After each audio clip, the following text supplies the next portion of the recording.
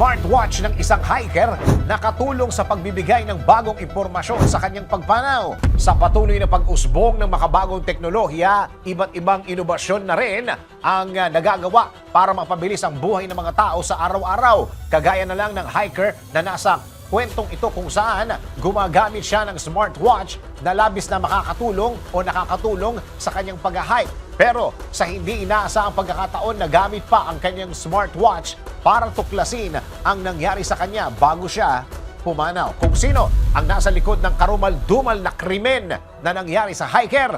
Ito, isang 26 anyos na Japanese hiker ang kinilalang si Sota Keisuke ang napaulat na nasawi habang nag-hiking sa Mount Rosu noong August 2025. Batay sa ulat ni report ng kaibigan ni Keisuke ang insidente kung saan bigla umano itong nawala pagkatapos umatake ang isang bear. Kaya naman agad nagsagawa ng search party ang mga otoridad.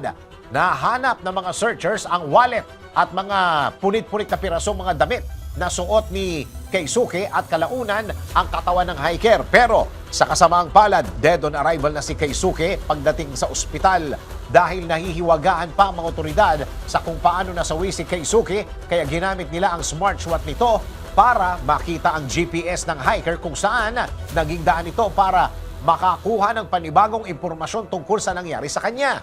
Batay sa data ng GPS ni Keisuke, umalis sila ng trail bandang alas 11 ng umaga bago umano nila makitang paikot-ikot na lang sa isang masukal na lugar ang lokasyon ni Keisuke. Magdamag umanong nasa isang lugar lang ang katawan ni Keisuke bago ito balikan ng bear at ilipat ang katawan nito palayo.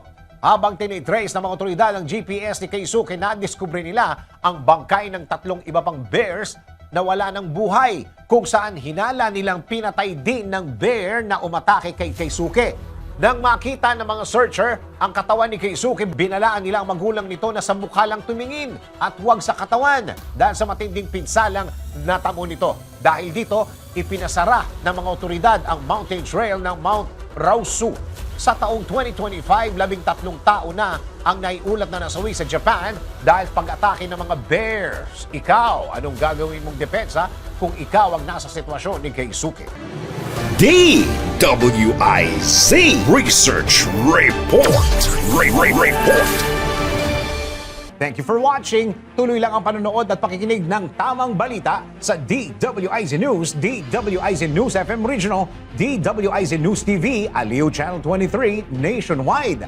Mag-follow, like, subscribe at i-share ang aming mga social media accounts.